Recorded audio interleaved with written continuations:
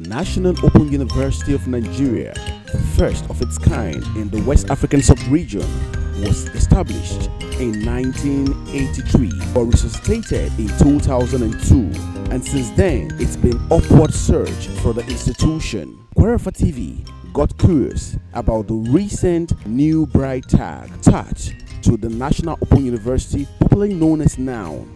Kwararafa TV went for your curious fact-finding, but from the Vice Chancellor himself, Professor Abdalla Uba Adamu. Okay, National Open University, established in 1983, major resuscitation down in 2002. Where were you in 2002? The National Open University of Nigeria was established by the late President Shehu Shagari in 1983. But it was suspended by the military government on the 25th of April 1984, barely a year after it had started.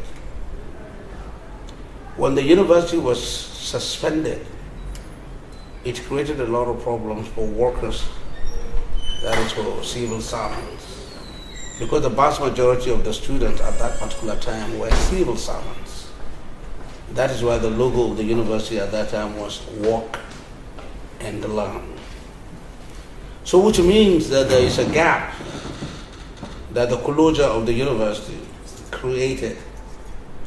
And this gap was quickly filled in by conventional universities, particularly from the southern part of the country, who established what is called satellite campuses.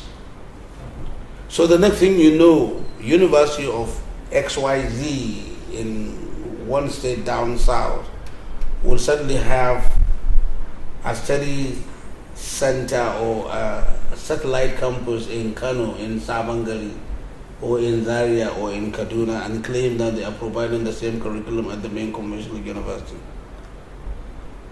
The National Universities Commission could not do anything at that time because for some reason they were not empowered to do anything about it. Either they don't want to do it, or they couldn't do it, or they had some restriction that nobody knows.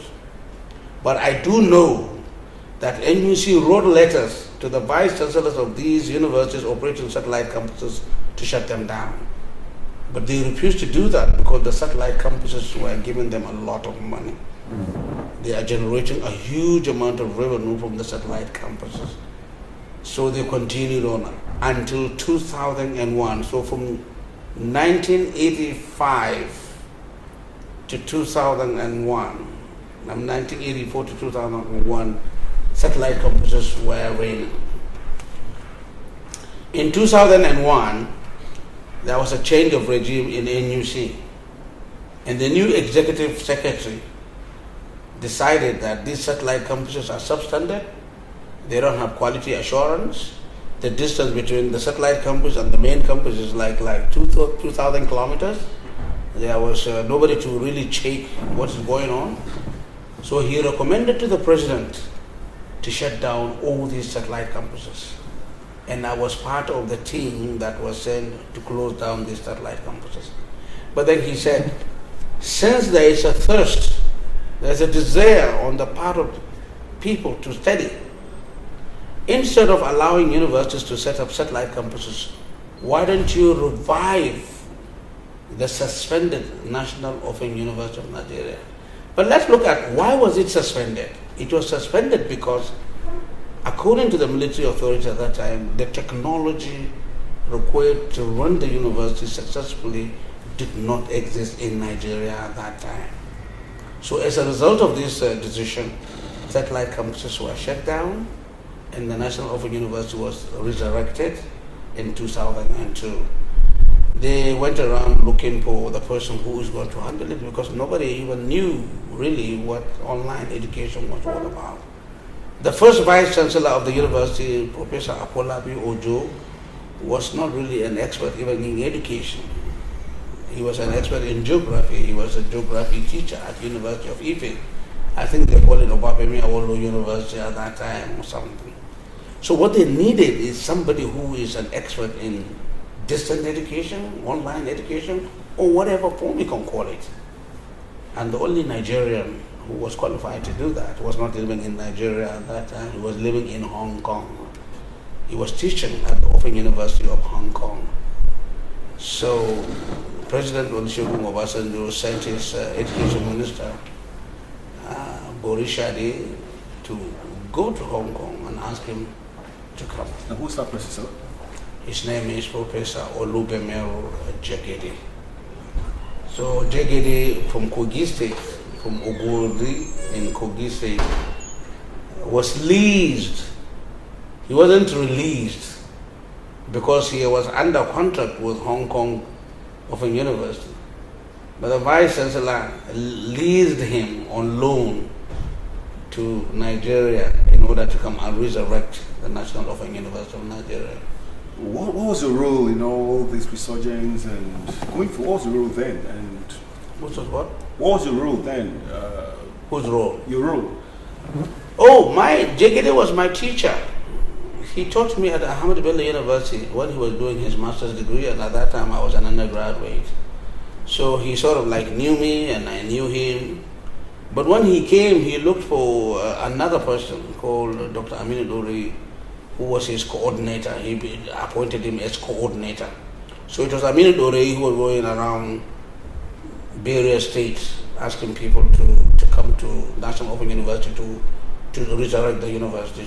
And that's how I came in. At that time, I was in the Department of Education as a lecturer. I started working in the Department of Education in 1980. So I've been in the university since then. And it was during that period that Dr. Amin Dore came to the university and requested about, I think, 7 of us to join the team to resurrect the university. And we are all taken to Lokoja in Kogi State. There is a hotel there called Confluence Beach Hotel. And we stayed there in Lokoja for almost a month, where we developed new courses for the university. Okay. From the corners of your opinion, do you think the university has lived up to the expectation of its establishment? I think it has more than done that. Because from 2003 to 2019, we have 516,000 students. And from the time we started graduating students around 2006 or so, to this year, we have graduated well over 60,000 students. In 2019 alone, we graduated 20,799 students. In 2018, we graduated over 18,000 students. And again in 2019, we matriculated 17,000 students. So if the National Open University of Nigeria did not exist, you could imagine what will happen to all these thousands of people. They will be out there uneducated. And our targets are ordinary human beings, not children of rich people. Children of rich people always go to court, better universities. They always go to overseas universities. Our targets are KK Napep drivers, Okada riders, Dumford drivers, boys and girls working in hair salons and restaurants, civil servants at the lower level of their lives, teachers teaching in the classroom. All these are people who would not have time to go to a conventional school and attend a lecture 8 to 10 or 10 to 12 or 2 to 4 or something like that. These are people who study at their own place, at any place, at any pace. This is our target. So we have lived more than the expectation because we have produced more than 60,000 graduates, and currently we have an enrollment of 516. But I think it's very, very important for us to understand. We have 2 categories of students. We have students who have entered the university and they have paid the school fees. And there, we have captured them. They are there, right there, we have seen them. They are 516,000. But like I told you, during examinations, we also charge money for each course that the students do their examinations.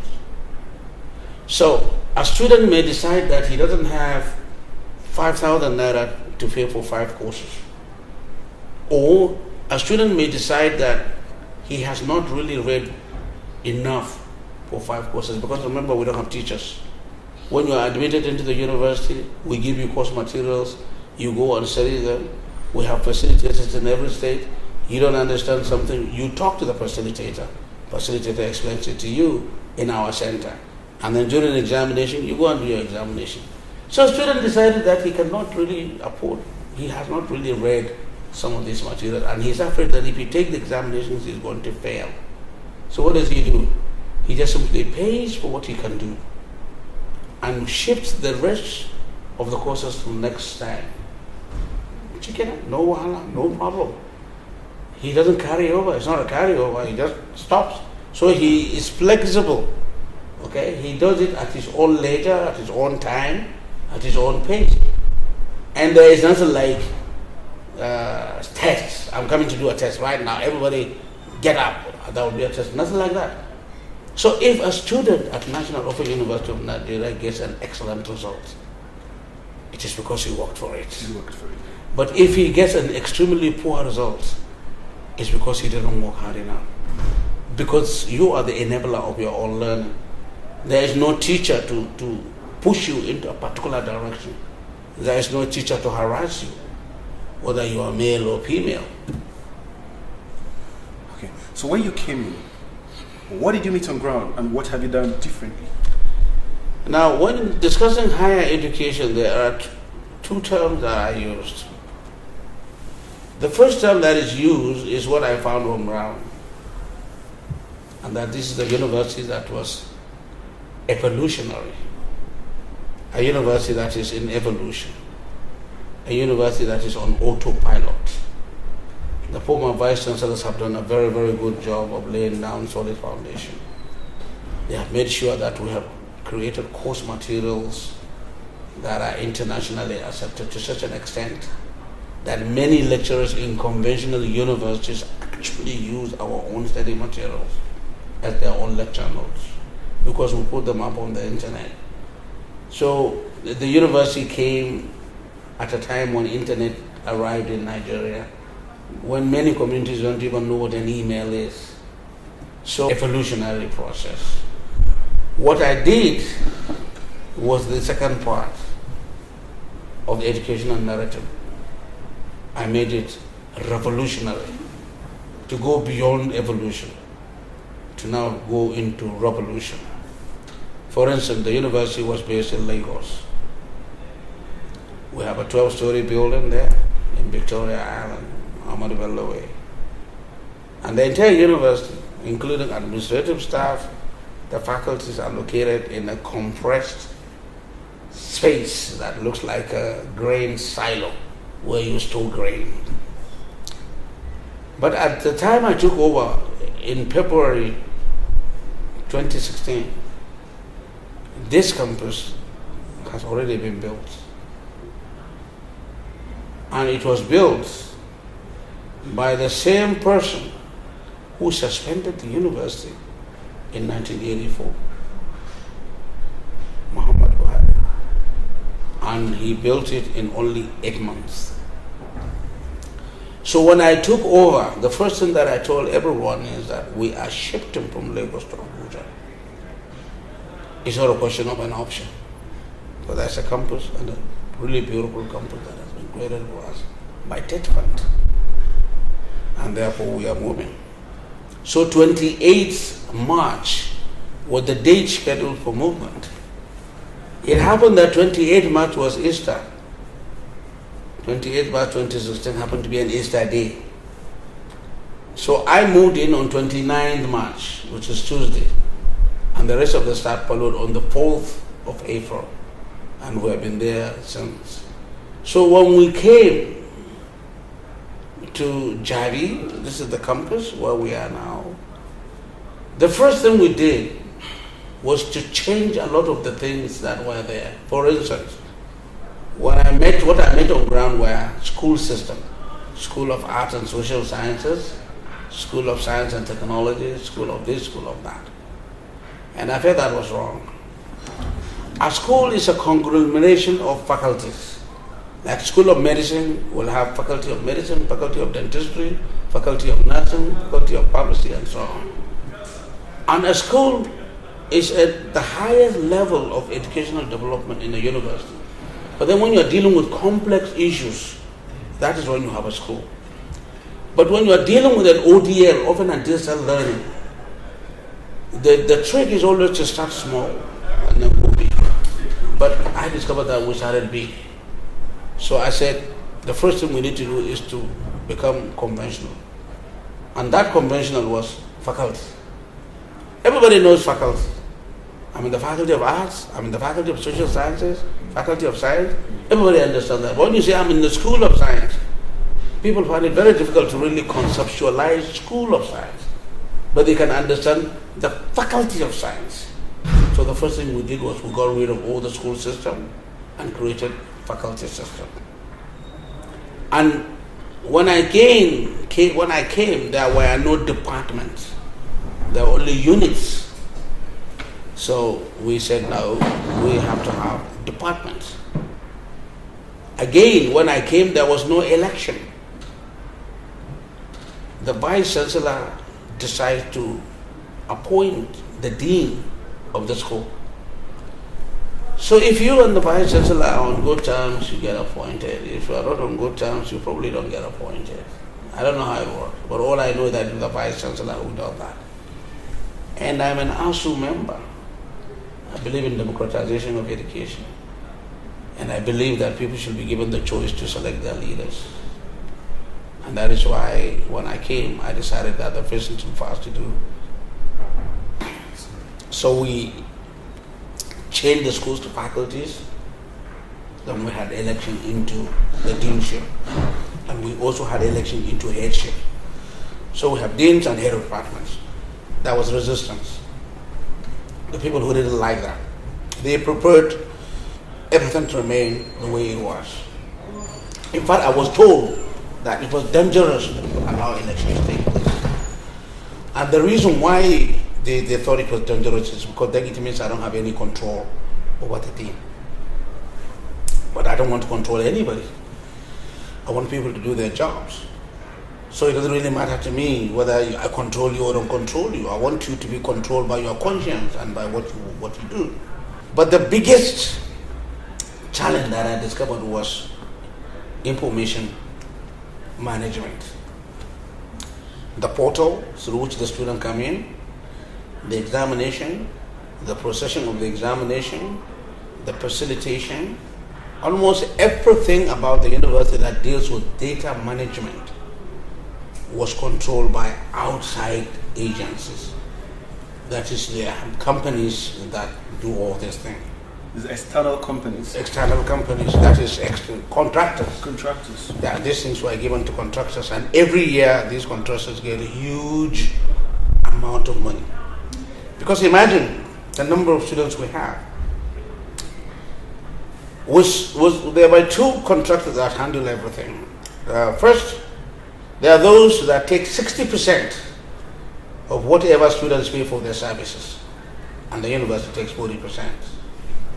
No, 70-30. They take 70%, we take 30%. Then the others take 85% and we take 15%. What kind of materials are we looking at? Well, like I said, the first set just simply handle examination and admission. That's all they do. They have servers and they have bandwidth, they have all these things, and they claim that these things are from outside the country. The servers are based in the United States. The bandwidth is given through internet service providers and so on and so forth. And then the other ones provide what is called electronic facilitation. Electronic facilitation means that a lecturer will talk his lecture. He will read it out like a podcast, and then it is video recorded, and then it is placed on our website so that the students can see. So he's in a class, a station, but then they can see, they can interact with him. So something like YouTube or something like that. So this is what I found again on ground. So the next thing I did was, I asked, since we have a department of computer science and we have professors of computer science, We have lecturers who have degrees in computer science. We are going to do all these things ourselves. So that means all that huge amount of money that goes to the contractors will no longer be given. Luckily, MOUs were signed, and we were given an option that each of the parties can terminate the MOUs within 6 months. 6 months. So we gave each of the contractors 6 months. We told them we are going to terminate it. We will terminate the agreement. Of course, they didn't like it. They took us to courts, claiming damages for investment. They have invested in hardware and software for 5 years, and now we have just cut it after 2 years, and so on and so forth. But this is something for which there is just simply no quarter, no going back, because we feel we have been too exploited. Not only that, we feel that our data is not safe. That our data is controlled by other entities. We are not sure about the fidelity of the results that are sent out by these people who are not academic staff. The results can actually be influenced. It can be raised, it can be lowered, it can be done anything. But here we have professors who have to go through a system of verifying the results to make sure that the results are really good. So we, as far as quality assurance is concerned, we feel we are we are on strong foot. And of course, saving money too. We saved a huge amount of money, and it is with that money that we saved that we're able to renovate the centers. Because a lot of the centers were dilapidated. They were leaking roofs, cracked tiles. They don't have computers. They don't have air conditioners. They don't have the generators. So with all the money that we saved, we're able now to empower them so that they can have all these things. So we now control our data, we control our admission, we control everything. When we started in 1983 and became resurrected in 2003, we discovered that the vast majority of the students were workers, adults. Now these are people who are in their 30s or maybe early 40s and so on. Then JAM came along. And students who passed JAM discovered now they have to pass post-UME. So how old is a student who finished high school? Senior secondary school. He's 18 years old. All right? So he finishes high school at 18 years old, takes JAM, pays JAM. Next year he takes JAM, pays JAM. Next year he takes JAM, passes JAM. He goes to post-UME and fails post-UME. Next year he takes JAM, passes JAM, fails post-UME. These are the situations we've been getting. It was only after about 5 years of all this trial and error, crawling, getting up and falling down, then the students realized that there is something called National Open University. And so we were shocked when suddenly there was a huge number of students coming to the university. Huge. Suddenly there was a massive surge. Because you see, after they were not admitted into the university, they don't just simply remain idle. They become Okada riders. They become keke napep. They sell tea, cafe. They become cafe owners by roadside. They get involved with something, become carpenters. But they still have this desire to get educated. But JAM was a problem. You have to get 180, you have to get 190, you have to get 200 and so on. But then if you negotiate through all that, you have to get a certain grade in post-UME and so on. So they had all these problems. So guys doing the carpentry work and making chairs. Then he has 5 credits, 9 credits. But he couldn't continue his education. Then suddenly National Open University came up and said, all we need are 5 credits. And he says, this is like, are you kidding me? You mean, I have 9 credits, including English and maths. You mean I can start university? What? You can start university, come right over. And you don't have to go to a particular place, you don't have to travel to Ife or Abu or Lagos. Where are you from? I'm from Kogi State. Well, in Lokoja we have 3 study centers. Just pick up the one you want. Oh, I live in Abuja. We have 11 study centers in Abuja. Pick up the one you want. Oh, I'm in Kaduna. Oh, in Kaduna we have 2 study centers. Pick up any one you want. So wherever you are, we are there. We're talking about TED Fund. You mentioned TED Fund. How good are progressive partners have they? More than progressive. Without TED Fund, we would not exist. It was TED Fund that built almost every single structure in this university. We have a faculty building that is coming up, 4-story building. The 3 faculties that we have left in Lagos, Management Sciences, Education, and Law, are coming over here soon. We have a 4-story building library, which is going to be revolutionary in the sense that that library will not be like a normal conventional library. You know, in conventional libraries, that is if you do go to library at all. I'm not sure you remember the last time you were in a real library. But when you go to library, you see like a shelf with books from different disciplines along the same line, right? Not ours. Ours, every floor will be dedicated to a faculty. So if you go to the first floor, turn left, faculty A.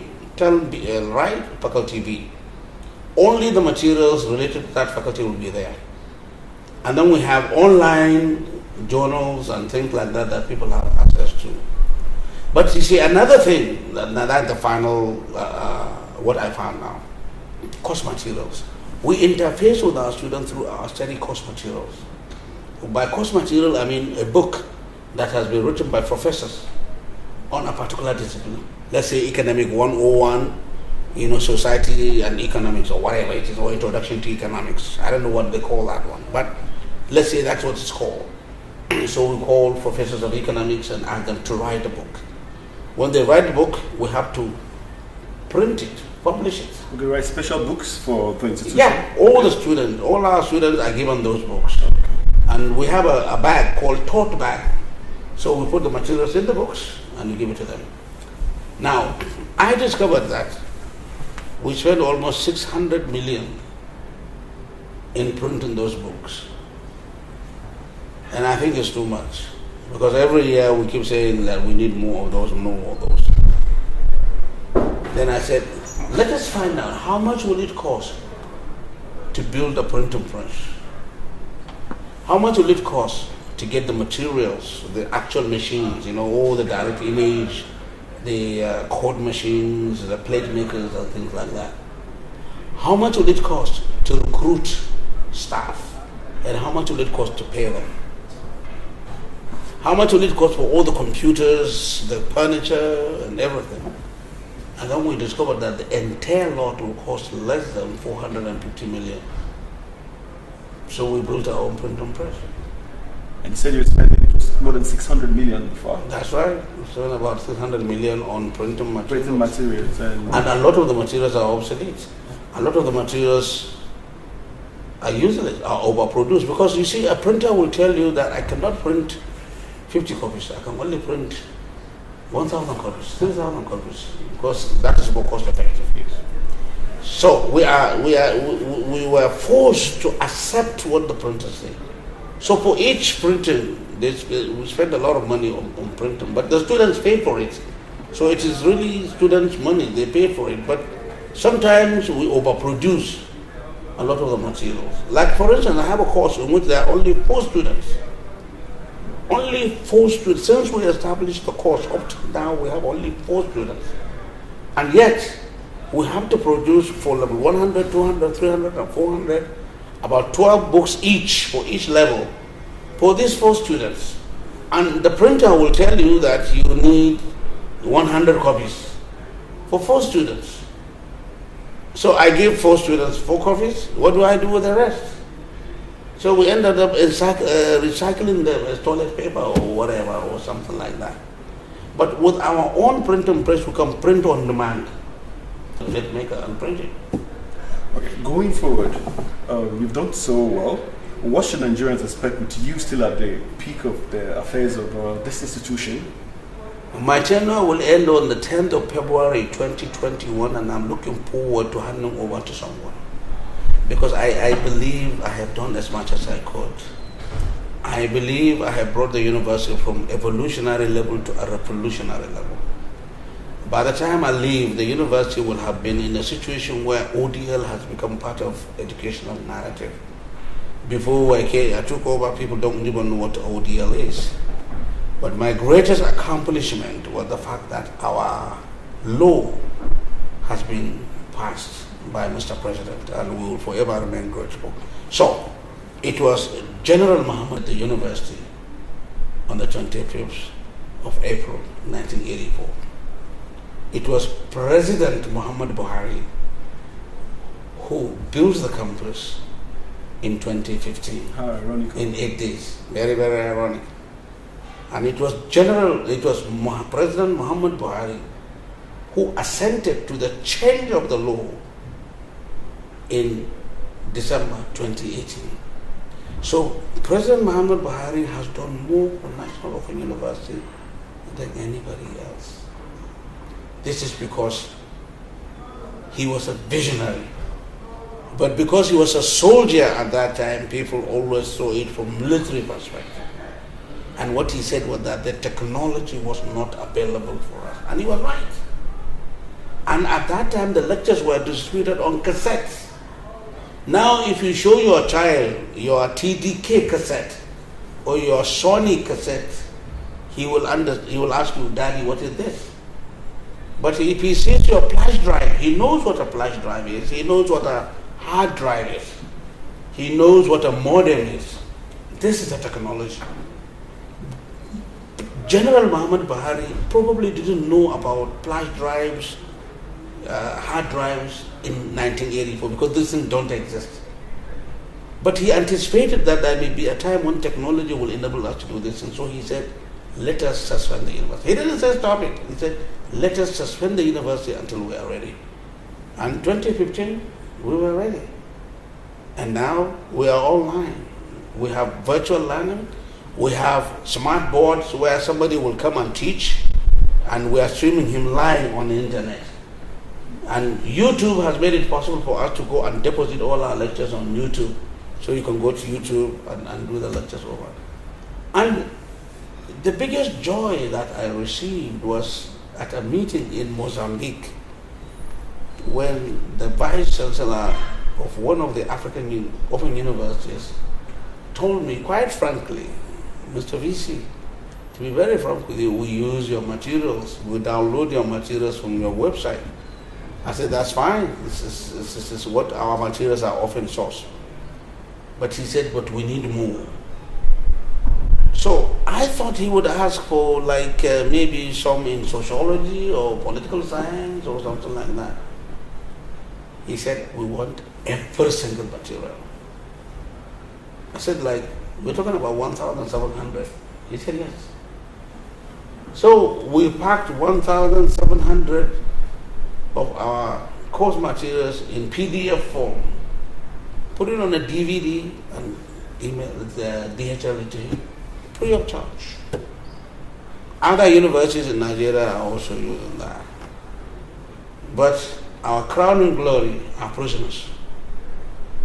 When I came in, I discovered that prisoners in Nigerian prisons are charged half the school fees, registration fees, because Nigeria provides education free. So they are given only half. They will pay half. So if somebody pays 30,000, they will pay 15,000. And I look at it and I said, this is wrong. These people are locked up. These people have been abandoned by their families. With no means of livelihood. They don't have any way of earning their money. That's right. They cannot go out and do anything. Even if they go out and work, it's free. They are working for somebody's farm or something like that, free. Some are on hard labor. You ask them to go and smash rocks. Nobody's going to use the smash rocks, but it's just to punish them. And now you're asking them to pay. So the number of students who are able to pay were very few because their parents have run away from them.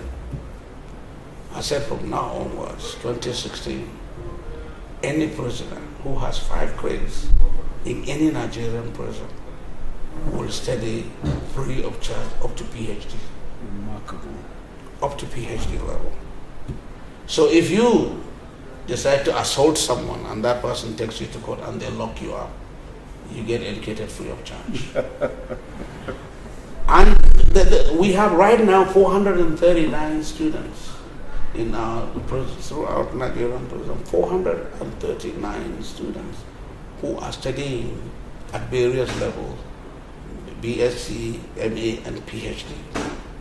And the courses that they study, most efficiently, the one that they are interested in, the highest, is peace and conflict resolution. And we asked them, why are you studying peace and conflict resolution? They said, we wanted to find out what we did wrong, and we want to prevent other people from doing it when we get out. There's a funny incident of somebody in one of the prisons who was a model prisoner because he was reading our materials. He wasn't getting involved in trouble. He was always studying, minding his own business. And the government decided to pardon him because of his exemplary behavior. And he heard about it. So he went to the controller of the prison and wanted to know if it's true that he was going to be freed. And when they told him that, yes, it's true, you are going to be freed, he said he doesn't want to be free. Because if he goes out of the prison, he will not be able to complete his studies. Right now in the prison, he has a chance to study free. He is trained in the prison. He said, after I finish my degree and I get my degree, if you want to pardon me, go right ahead. But right now, I don't want the pardon. And to us, that is one of the most philosophical statements a human being can make. Because he knows that education is really the path to freedom. He would rather stay locked up and educated than to go out and become uneducated. Just like Jimmy Philip said, I would rather be a free man in my grave than living as a puppet or a slave.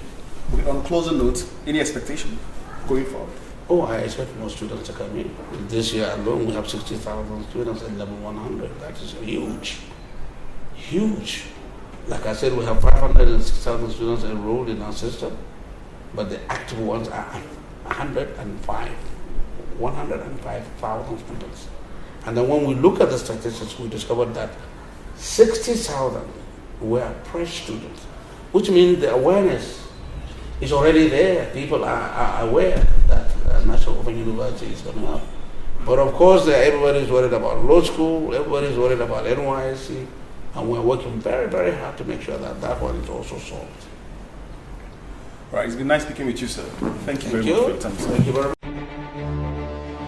From the most populous black nation in the world, from the middle of Nigeria, from Plateau, from Taraba, from Benue, from Kogi, from Nasarawa, and all the parts of Nigeria, comes to you information, politics, entertainment, news, and everything reality, infotainment. Kwararafa TV, from home to the world.